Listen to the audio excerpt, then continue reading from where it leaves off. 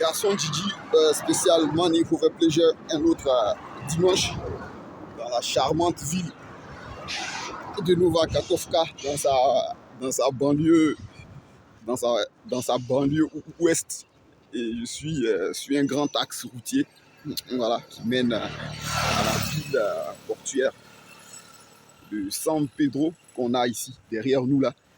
Et la vidéo qui nous réunit aujourd'hui, c'est une question d'un jeune abonné. J'ai dit qu'il ne fallait pas que je reste main morte là, ne pas produire de vidéo. Il dit pourquoi il donne une vidéo que j'ai tournée en vous présentant les nouveaux paradigmes qui indiquent là où il faut aller mettre ses billes et là d'où viennent les nouvelles billes qui alimentent l'économie mondiale. Qui dit que pourquoi, si l'Afrique et tous les pays du Sud sont les futurs Eldorado, c'est-à-dire sont les futurs endroits dans lesquels il faut être, pourquoi les gens quittent l'Afrique si l'Afrique est un paradis économique ou un paradis fiscal? Pourquoi les gens quittent l'Afrique, partent de l'Afrique et les autres pays du Sud vers les pays du Nord? Alors, le cas spécifique de l'Afrique, il faut savoir que l'Afrique a toutes ses potentialités-là. Moi, je suis dans un endroit paradisiaque. Je ne cesserai jamais de vous le dire parce que quand on regarde de l'autre côté là-bas, on voit des rivières. Il y a des gens qui exploitent des dépressions, qui exploitent des bas-fonds.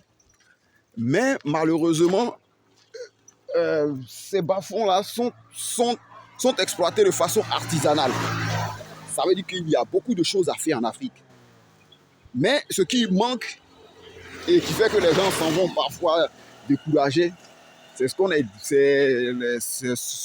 qu'on explique là.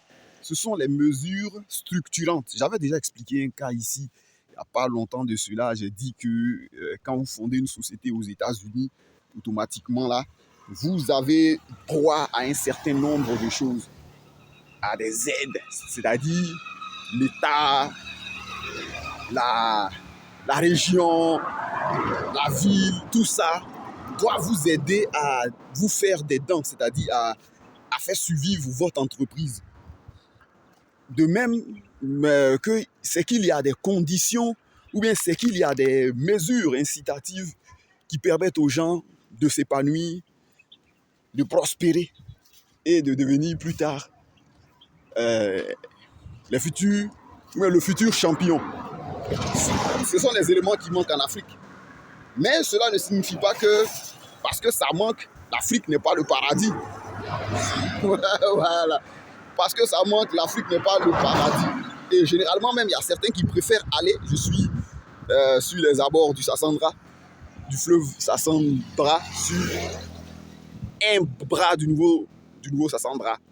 Et donc ça ne signifie pas que l'Afrique n'est pas le paradis. Parce que pour l'heure, là, ce paradis-là n'est pas... C'est-à-dire, on n'encourage pas les enfants du paradis à pouvoir exploiter. Parce que même si la personne fait tout ce qu'elle peut pour que ça puisse se faire, mais il existe des mesures barrières ou bien des mesures bloquantes, des contingences, voilà, des contingences économiques qui vont mettre du sable dans les rouages de la machine. Voilà, sinon, l'Afrique n'est pas, l'Afrique demeure et reste toujours le paradis vers lequel tout le monde se rue venir investir. Parce que c'est le seul endroit encore qui n'est pas encore organisé. Voilà. Si vous voyez que des gars, par exemple, investissent dans une filière, là, ça veut dire que la filière n'est pas encore organisée. Même quand elle est organisée, là, il y a encore des failles qu'on peut utiliser pour essayer d'améliorer les profits. Voilà. J'espère vous retrouver pour une prochaine vidéo. D'ici là, n'oubliez pas de vous abonner à la chaîne. C'est le Money Over Pleasure. Waouh.